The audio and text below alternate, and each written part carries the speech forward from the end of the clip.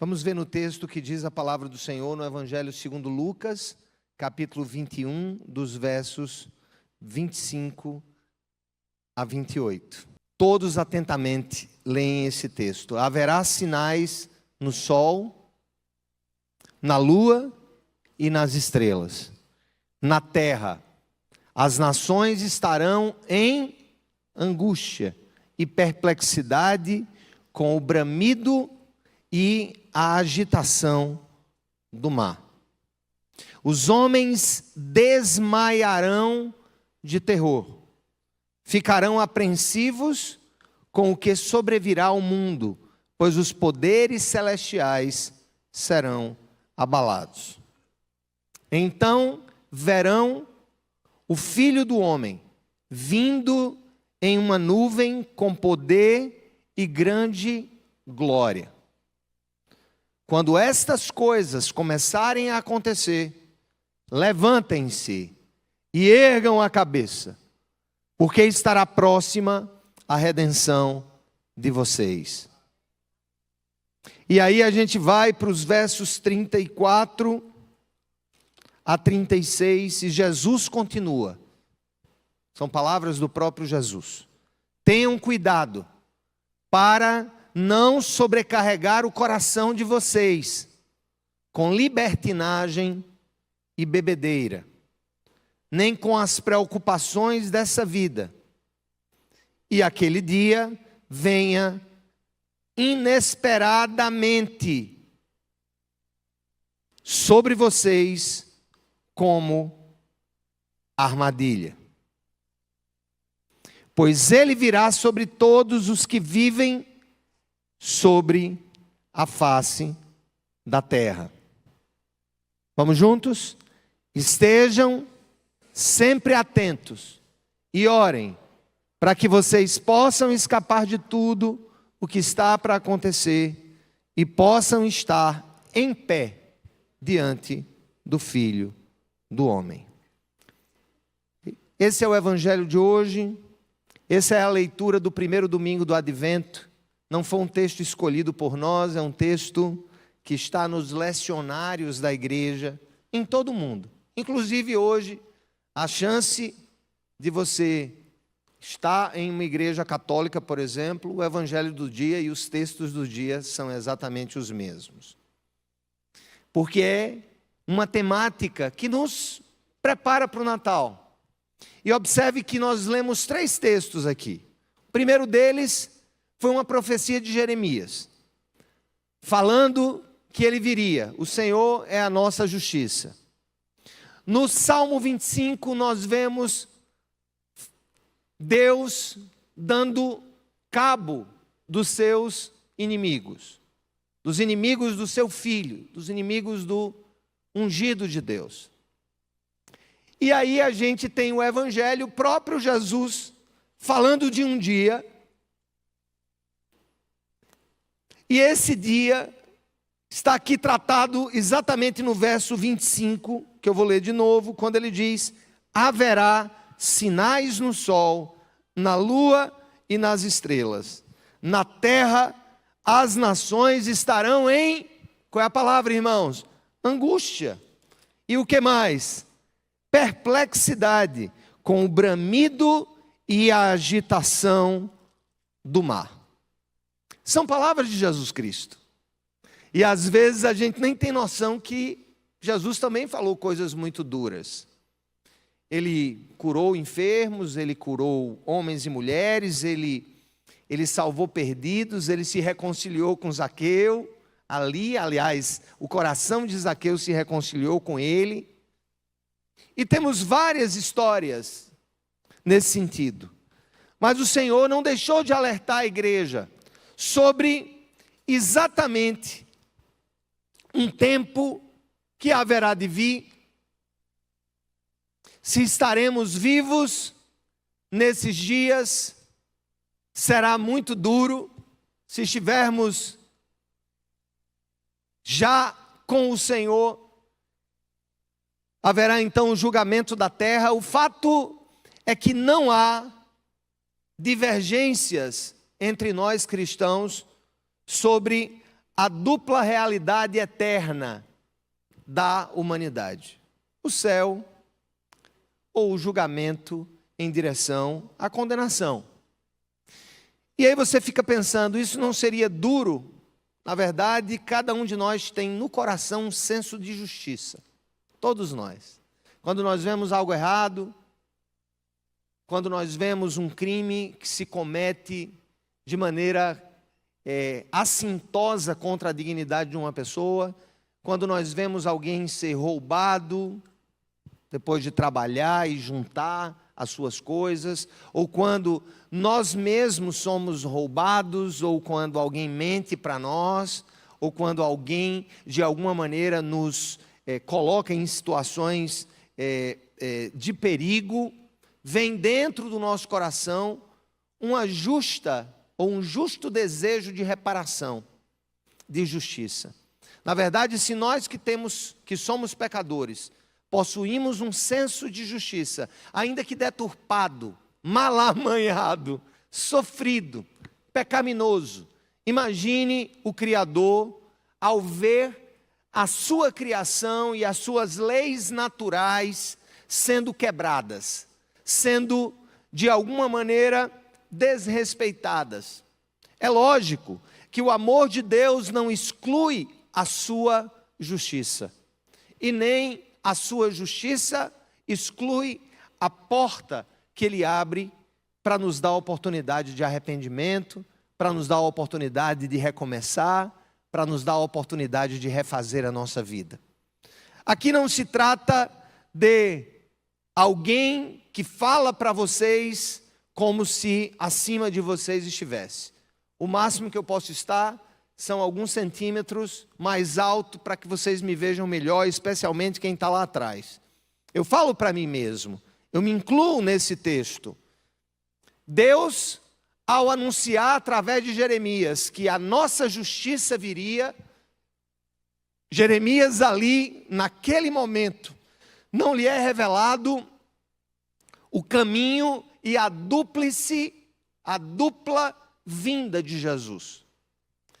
Quando nós olhamos para o Jesus da manjedoura, encarnado no ventre da Virgem Maria, cuidado por ela, amado pelos seus pais, um homem de dores, que sofreu, que padeceu, um homem que não portou-se na sua primeira vinda como juiz da terra, mas como salvador dela, como salvador do povo.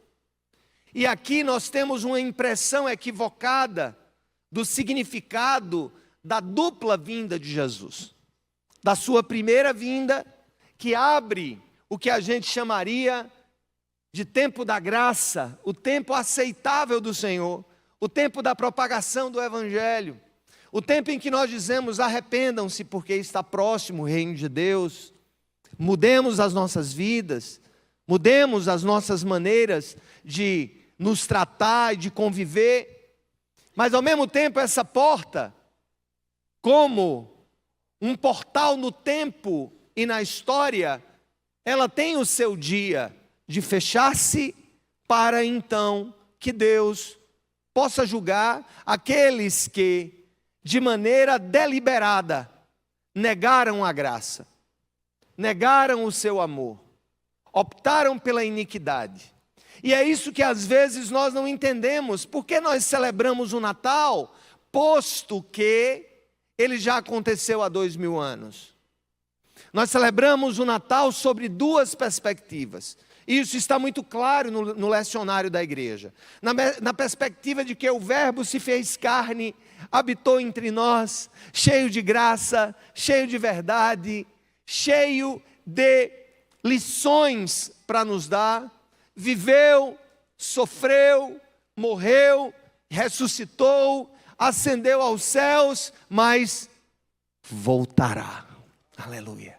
Essa última parte da história parece que nós fazemos questão de esquecer, de não considerar, ou de minimizar, ou de não nos colocar diante dessa realidade com o coração cheio de temor.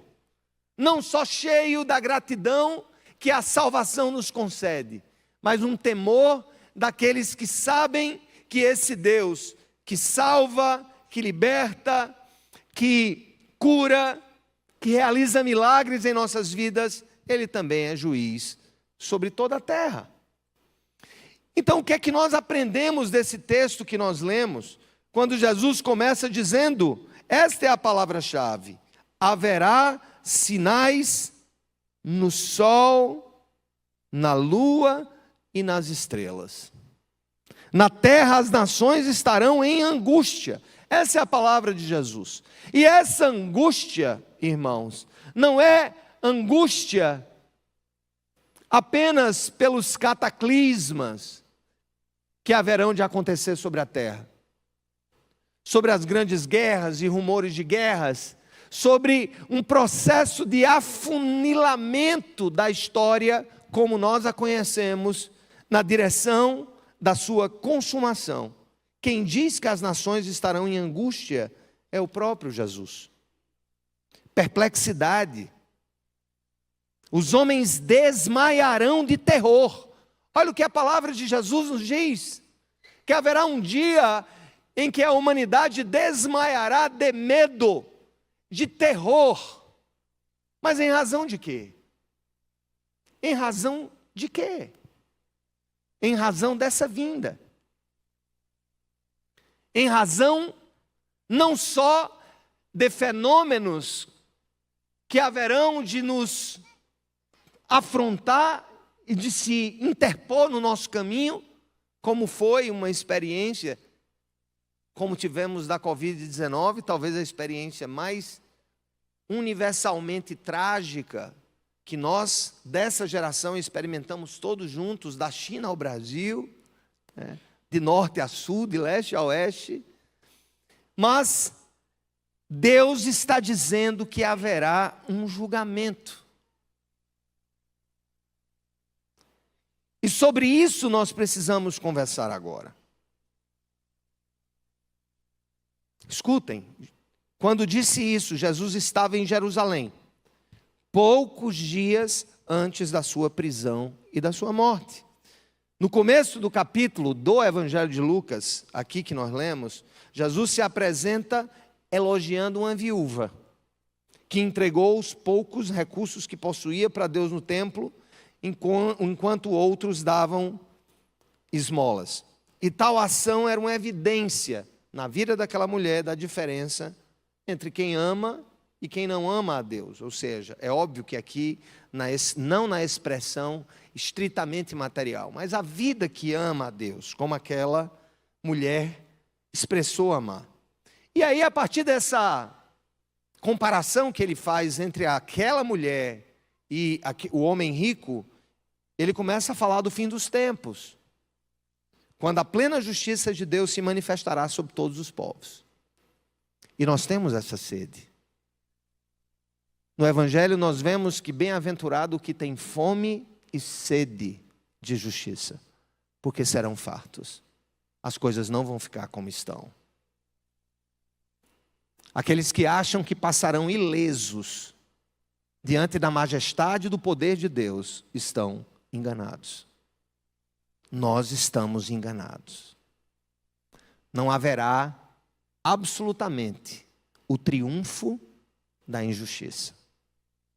E aqui eu não me refiro a questões que eventualmente estejam acontecendo hoje ao nosso redor, mas eu me refiro à condição de alegria diante da injustiça, ou da perpetração da injustiça, ou do poder a serviço da injustiça. Não passarão. E por favor, não tentem fazer comparação com nada que vocês estão vendo. Falo de maneira universal, global. O nosso Deus é Deus de amor e de justiça. Ele expressou de maneira muito clara o seu amor ao se humanizar de maneira muito simples em uma manjedoura. De viver uma vida simples. De mesmo sendo Deus, diz São Paulo, não julgou como usurpação ser igual a Deus. Foi servo até o fim. Mas o tempo do Cristo servo se encerra.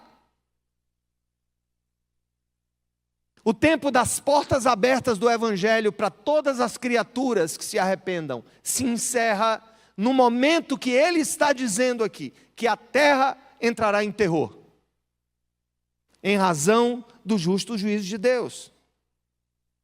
Apesar de alguns acharem que esse texto que nós lemos tem a ver com a invasão de Jerusalém por Tito, no ano 70 depois de Cristo, limitar as palavras de Jesus a esse acontecimento em Jerusalém, causado pelos romanos, cerca de 35 anos depois da sua ressurreição, é incorreto.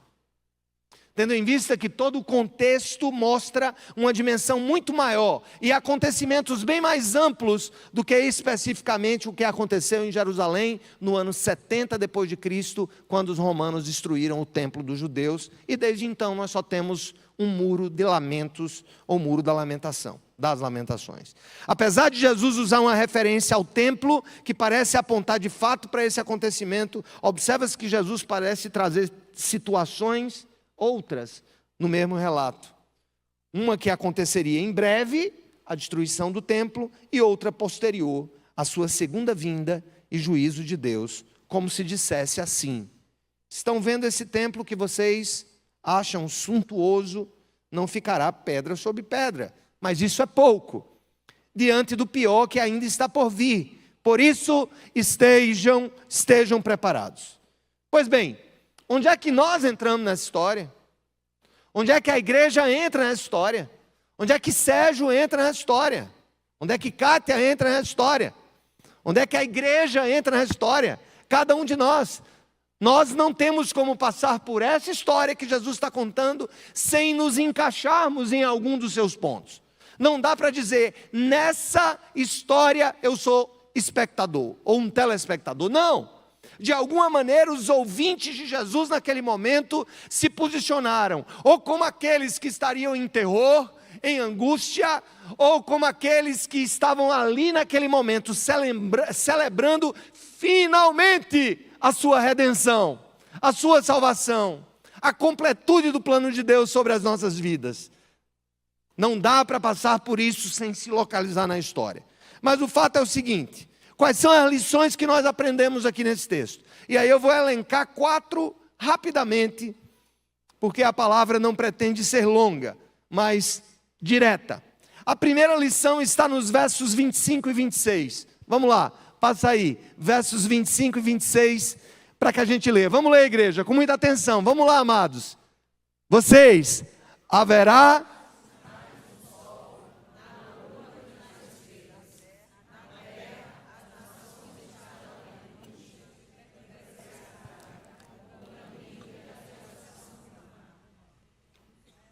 Os homens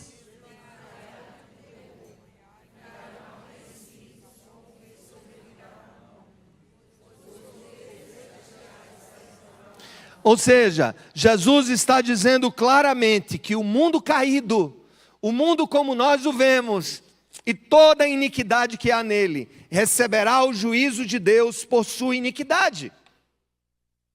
Haverá uma sentença justa, aquela que nós esperamos do juiz, mas nem sempre vem. Aquela que nós esperamos dos nossos amigos, mas nem sempre vem. Aquele julgamento escorreito, justo, verdadeiro, não enviesado, baseado em fatos e não suposições, baseado em realidades inexoráveis e não em narrativas criadas pelos outros, ou por quem quer que seja. Jesus está dizendo que haverá um juízo. Pouco se fala sobre o juízo de Deus, especialmente no Natal. Os púlpitos estão cheios de mensagens que massageiam o ego dos espectadores. As igrejas lotam em busca de pregações motivacionais, de autoajuda. O mundo foge de mensagens confrontadoras. Eu estava hoje lá na capela, saí daqui do culto, fui almoçar lá com o pastor Pedro e com os irmãos. E pastor Pedro me contando, ele tem cuidado daquele lugar assim, de maneira muito especial. Tem sido o pastor daquele campus, daquela igreja, ali agora de maneira mais fixa. E ele contando que, eu disse, pastor Pedro, durante a semana as pessoas estão vindo para os cultos aqui, né? Quarta-feira, gente, ali tem culto. Lá na capela tem culto às quartas-feiras. Nós temos um sistema de transporte ali para as áreas mais pobres da região, que pegam os irmãos em casa, que é muito difícil chegar lá à noite, né? E ele disse, olha pastor, casa cheia. Eu comecei a pregar sobre temas da teologia sistemática. Os cultos de doutrina eram teologia sistemática. O ser de Deus, os dons do Espírito, a igreja, as qualidades de Deus e tal. Mas, pastor, teve uma parte dessas pregações aí que foram 3 semanas seguidas que esvaziou a igreja. Veio muito menos gente. Não é que deixou de ter culto. Foi quando eu comecei a falar da amartiologia, que é a doutrina teológica sobre o pecado humano. Reduziu muito a frequência. Quando eu comecei a falar sobre pecado e suas consequências. Eu digo, pastor Pedro, isso sempre acontece, meu amigo. Isso aí é natural. Fale de cura que a igreja enche. Fale de pecado que a igreja seca. Mas é isso que eu acabei de ler. O mundo foge da confrontação e dessa realidade de que Cristo é juiz. Nem só o bonzinho, o cara inclusivo, o cara do amor, o cara da compaixão. Tem até uma ex-atriz aí, ou atriz, que diz que vai abrir uma igreja para os pecadores. Amém. Essa igreja também é para os pecadores. A questão é que o Senhor chama os pecadores ao, o quê? Arrependimento, meu filho. Não existe esse negócio de igreja para pecador que quer continuar pecando, não. Que doidice é essa? Essa igreja, o endereço dela, sabe o que é? Rua de Satanás, 666. Quinto dos infernos, é o nome desse lugar, onde o pecado não se arrepende dele, não se deixa de lado. Que conversa fiada é essa? É o que Jesus está dizendo, é o nosso Senhor que está dizendo. É o bom menino. É o filho de Maria. É o Salvador da humanidade, é o que morreu por nós. Pouco se fala sobre isso. Paulo, quando escreveu a Timóteo, já alertava para o tempo. Escuta, quando o apóstolo Paulo escreveu a 2ª carta ao jovem líder da igreja de Éfeso, Timóteo, ele alertou para o tempo em que os ouvintes não suportariam ouvir a sã doutrina bíblica. Não suportariam ouvir a doutrina completa, a mensagem completa. Querem só a parte onde não há absolutamente nenhuma necessidade pessoal de se dobrar à vontade de Deus. Nós queremos que Deus se dobre à nossa vontade, que faça o que nós queremos, que abençoe o nosso trabalho, que abençoe o nosso casamento, que abençoe a nossa saúde, que abençoe os nossos filhos, que abençoe a nossa cidade. Mas nós não queremos a parte em que nós nos adaptamos, nos conformamos a esse chamado que é belo, mas ao mesmo tempo é justo, é santo. E Paulo disse, eles não vão suportar a doutrina e vão buscar mestres, vão se cercar de pessoas, de mestres, que alimentem os seus próprios desejos daquilo que querem ouvir. Não é à toa que às vezes nós andamos em tribos, e as nossas tribos pós-modernas, não que todas sejam para esse fim, mas há muita gente que anda junto para quê? Muitas vezes com grupos que vão reforçar aquilo que elas creem e não aquilo que elas precisam conhecer. E Paulo falava sobre isso para Timóteo. Olha, vai chegar um tempo que eles não vão suportar ouvir a verdade. Eles vão se cercar de pessoas que digam o que eles querem. Mas isso só era 2000 anos atrás. Hoje não acontece isso. Hoje não acontece isso. E ele continua. Enquanto o mundo celebra o pecado, ser cristão cada vez mais deixa de ser relacionado a andar na contramão. Pelo contrário, não é mais exceção ser sinônimo de religiosidade e ao mesmo tempo de hipocrisia.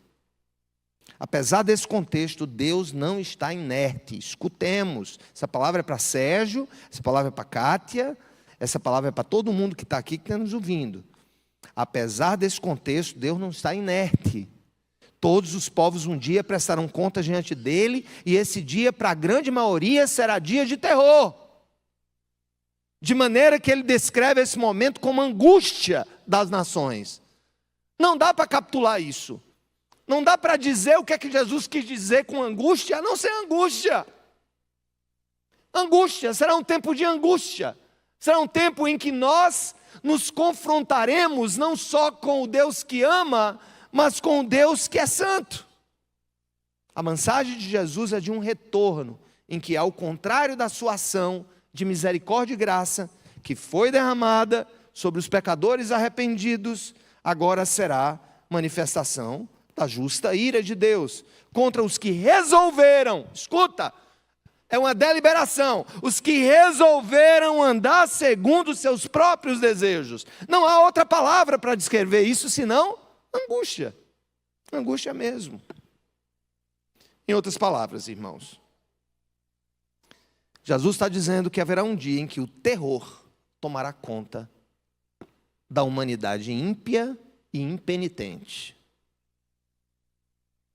Os que brincaram com a graça. Os que resolveram seguir o curso viável da maré e não contrários a ela.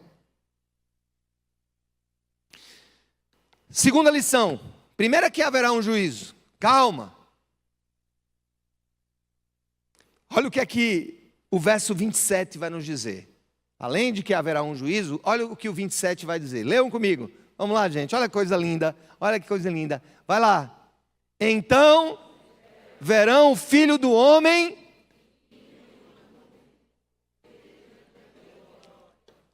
Aleluia. Quem pode dizer aleluia por isso? Verão o Filho do Homem vindo com poder e glória. A segunda lição que nós aprendemos hoje é que não só haverá um juízo, mas o retorno de Cristo, Maranata, vem, Senhor Jesus. O retorno de Cristo será triunfante, apresentando a todos os olhos o seu infinito poder. Então verão vir o Filho do Homem numa nuvem com poder e grande glória. Olha só, ao mesmo tempo em que falava sobre o grande terror que tomará a terra, ele explica um motivo. Jesus até então não era visto como o Messias esperado lá. Enquanto os judeus aguardavam o Cristo profetizado, chegando em um cavalo branco, com espada na mão, derrubando Pilatos, Herodes, os opressores do povo de Israel, Jesus surgiu na simplicidade, em um lugar esquecido, sem qualquer sinal de grandiosidade, pregando perdão, graça, misericórdia, empatia, inclusão aos esquecidos, amor ao próximo.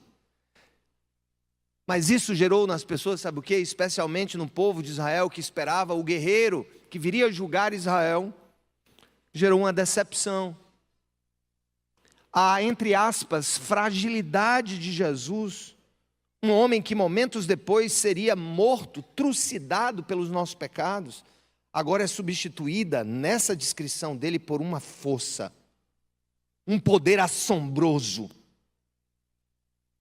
por tamanha autoridade que os impiedosos tremem e caem em si, ao perceberem que aquele a quem zombavam, ou simplesmente ignoravam, tinha e tem o mundo em suas mãos, controla o fluxo dos oceanos, a gravidade, o equilíbrio dos planetas.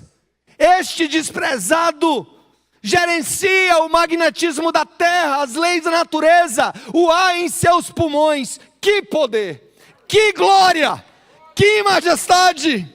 Qual será a sensação de olhar para si e perceber que aquele que foi zombado se mostrou como responsável por determinar a vida e a morte? Pois tudo pertence a Ele. Como sentirá a humanidade ao cair em si, entendendo que o alvo de desprezo agora determinará a eternidade daqueles que não só o mataram, mas que sem demonstrar qualquer sinal de arrependimento, rejeitam sua palavra e matam os seus fiéis seguidores. O quadro vai se reverter, irmãos. Isso aqui não é uma mensagem de cunho, digamos, sociológico, político. Quando eu falo que o quadro se reverterá, é o quadro desse universo que parece que está passando ileso, sem prestar contas. Nós mesmos. Tremam os povos. Deus seja louvado. O Rei de toda a terra voltará. O Rei de toda a terra virá para implantar eternamente o seu plano. O Rei de toda a terra, quem nós adoramos, voltará. Glorifique o nome do Senhor. Tremam os povos, Deus seja louvado. Escutem, o sofrimento e a morte de Jesus, que viriam a ocorrer poucos dias depois, seriam testemunhados pelos discípulos, mas sua glória, que já tinha sido inicialmente manifestada em sua ressurreição, agora se apresenta na forma de sua ira contra o pecado. Mas e nós, seus seguidores, que se reconhecem como pecadores e confessam como Senhor ao Cristo de Deus, como devemos agir diante desse advento? Dessa vinda, dessa chegada? A primeira já veio, já houve. Como nós devemos estar diante dessa chegada? Como reagir diante do anúncio da segunda vinda do nosso soberano Cristo? Nós precisamos temer? Jesus vai responder. Ele vai responder ele falou sobre duas coisas. Primeiro, que haverá um juízo. Segundo, que ele virá em glória e não mais com a bacia na mão. Não que não seja válido para nós o testemunho de Jesus de que enquanto igreja nós não podemos julgar o mundo. Amém, irmãos? Lembrem de uma coisa, igreja não julga o mundo. Porque nós não sabemos o que se passa no fundo do coração de ninguém. Nós temos evidências externas. Devemos agir de acordo com elas, com muita parcimônia, com muita coragem, mas ao mesmo tempo com muita sensibilidade. A igreja não está aqui para julgar o mundo. Quem vai julgar o mundo é o dono do mundo. A igreja está aqui para anunciar a verdade completa, de que há salvação para os que creem e perdição para os que não creem. E é o que Jesus vai dizer agora sobre os que creem. Como nós devemos ver os cataclismas da vida? Esses grandes eventos assustadores, que vez por outra nos acossam, nos atacam, né? Uma bomba que de repente é soltada de um país em outro. Um genocídio de crianças e de mulheres. Ou ao mesmo tempo, a resposta insana que pode se dar aos ataques que se recebe. Nós vivemos num mundo tenebroso. E Jesus vai dizer assim, no verso 28. Está dizendo para ti e para mim, ó. Vamos lá? Ora, quando essas coisas, o que, irmãos? Começarem a acontecer, olhai para cima, o que? Levantem-se e ergam a cabeça, porque estará próxima a redenção de vocês. Ou coisa, é como se a gente dissesse assim, o mundo vai piorar, piorar, piorar, piorar. Mas é no meio dessa escalada de dor, de medo, que o nosso coração se põe no lugar de um coração esperançoso que diz assim: entretanto, eu confiarei no Senhor e no Deus da minha salvação. Se as ondas estão altas demais, é porque o meu Senhor está perto demais. É isso que ele está querendo dizer para a igreja. O que ele está querendo dizer para a igreja é, no verso 28, vamos ler juntos, igreja, vamos lá. Vocês, quando essas coisas começarem a acontecer, faça o quê? Olha, levantem-se e ergam a cabeça, porque estará próxima a redenção de vocês, a libertação de vocês, o meu plano perfeito sobre aqueles que creem, aleluia. O novo céu e nova terra, onde habitarão a justiça. Jesus, no meio desse caos que ele prenuncia, ele dá à igreja essa esperança. Escutem, enquanto os impiedosos tremem diante do Senhor, nossa esperança, enfim, será concretizada. Os que se reconheceram em seus pecados e caminharam com Cristo, têm uma atitude oposta. Não é medo, é exultação. O coração exulta naqueles que se encontram com o Jesus glorificado. A mensagem do nosso Senhor Jesus Cristo para os seus seguidores não era uma ameaça, era uma motivação. Jesus sabia que aqueles homens e mulheres já estavam iniciando um caminho de perseguição, de provações, e tal luta se intensificaria após a sua partida. Tudo isso foi visto e prenunciado. Todos os seus seguidores seriam presos e martirizados. Foi assim com todos os apóstolos, à exceção de João. Jesus também sabia que hoje, quase 2000 anos depois, nós também passaríamos por tribulações, provações diversas, que enfrentamos todos os dias pela nossa própria luta contra o pecado, por andarmos na contramão desse mundo, por negarmos as obviedades do curso da história, por não aceitarmos esse mundo que jaz no maligno, e muitas vezes sofremos por isso. Sofremos por fazer e falar a verdade. A volta de Cristo será o carimbo de nossa libertação.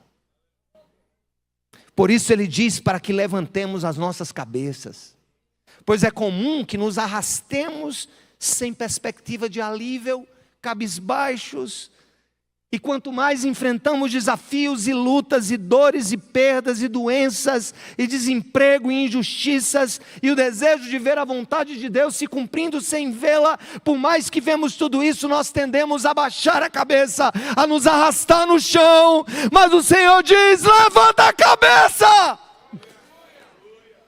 creia em mim.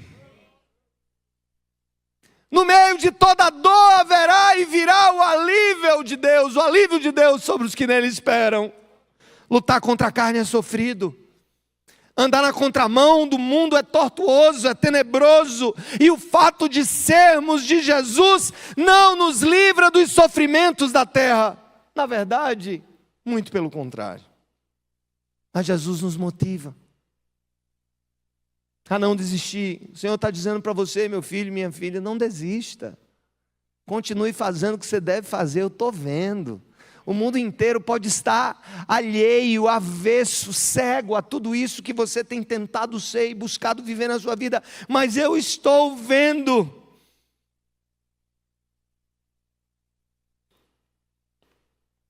Levantem os olhos, pois nossa esperança não está no que nos cerca, não está nos nossos planos, não está nas nossas conquistas. Nossa esperança está no alto. E é para lá que olharemos e contemplaremos sua grande glória. Aleluia. O dia a dia nos faz esquecer dessa esperança. É verdade. Mas precisamos exultar com a expectativa do retorno triunfante de Jesus. Sim, precisamos erguer a cabeça e saber que é do alto que vem a nossa plena confiança. Como devemos esperar? Como devemos nos portar? Como é que nós devemos esperar? Que tipo de atitudes nós devemos ter? Que atitudes são compatíveis com a espera do Rei? Com o fato de termos sido chamados por Ele, Qual é a nossa expectativa? Como deve ser? Jesus vai olhar e vai dizer para eles, né, como devemos esperar. Olha o que diz a palavra no verso 34, 35 e 36. Vamos fazer isso aí? Vamos lá? O que é que diz a palavra do Senhor? No verso 34 do Evangelho de hoje. Leiam, vamos lá. Tenham cuidado. Isso aqui ele está dizendo agora para os apóstolos. Para não o que, irmãos? Sobrecarregar o coração de vocês com o que, irmãos? Com libertinagem, bebedeira, nem com as preocupações dessa vida. E aquele dia venha inesperadamente sobre vocês como uma armadilha. Tenham cuidado para o quê, irmãos? Para não sobrecarregar o coração. O coração da gente tem que viver leve, não sobrecarregado por aquilo que não o preenche. O sobrecarrega, mas não o farta. Tem muita coisa que nos sobrecarrega sem nos fartar. Há cargas que nós, trazemos para dentro de nós que não nos satisfazem, apenas nos sobrecarregam. A libertinagem não satisfaz, ela sobrecarrega. Um homem, uma mulher, dada as orgias, dada a prostituição, dada a pornografia, ele nunca se satisfaz. Ele se sobrecarrega, já perceberam? E Jesus sabe disso, que o buraco que existe em nós, só Ele pode preencher. E não adianta rebocar por fora, se o buraco está dentro de nós. A busca por mais parceiros, mais parceiras, por mais droga, por mais bebida, por mais festa, por mais orgias. Tem traduções que falam de orgias, ou de glutonarias, comelanças imparáveis. Quando nós começamos a dar acesso ao nosso ventre, aquilo que ao invés de satisfazê-lo, o escraviza. Jesus disse, não percam tempo com isso, mas também não percam tempo com as preocupações da vida, como se ele dissesse para nós, cuidado. Cuidado com a ansiedade, cuidado com as preocupações dessa vida. Não deixe que isso sobrecarregue você. Seja livre, seja leve. Eu sou o Senhor da sua vida. Não se preocupem com isso. Não deixem que o seu coração se sobrecarregue de amanhã, de futuro. É isso que ele está dizendo. Não deixe que o coração de vocês esteja consumido como uma máquina que não para, processando imagens de um futuro perfeito que nunca chega, de preocupações que nunca cessam.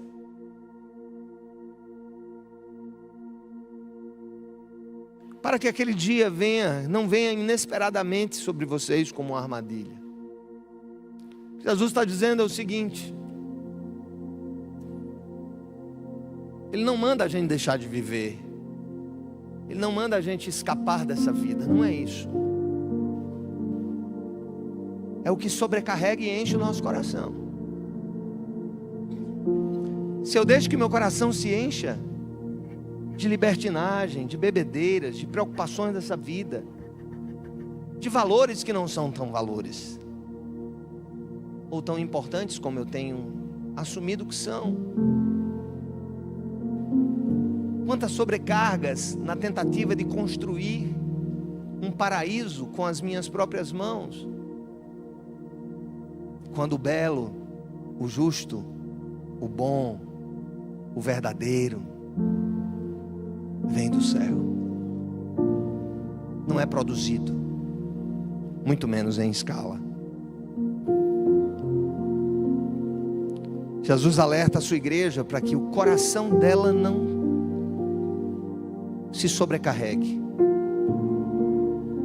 É como se ele dissesse assim: deixa eu tirar tudo isso do teu coração agora.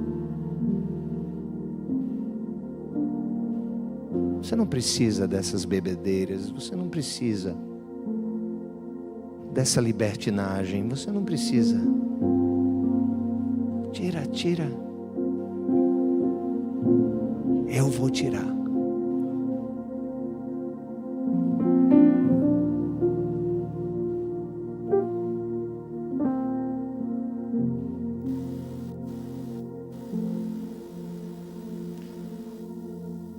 E eu concluo dizendo: é triste vermos muitos irmãos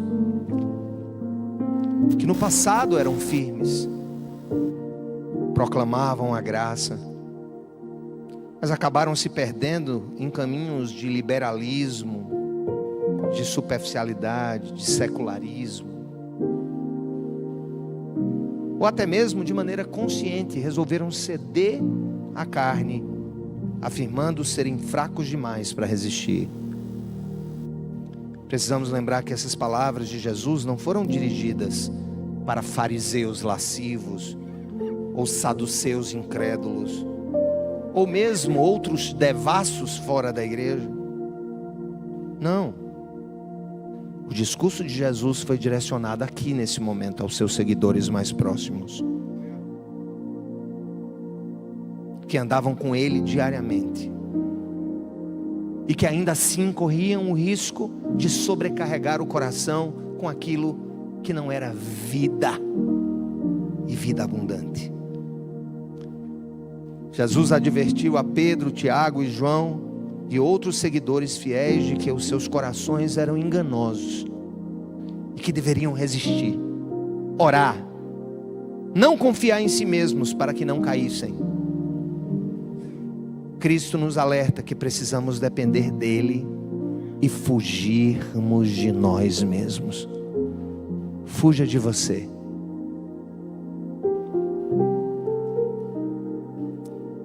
Fuja de você e dependa dele.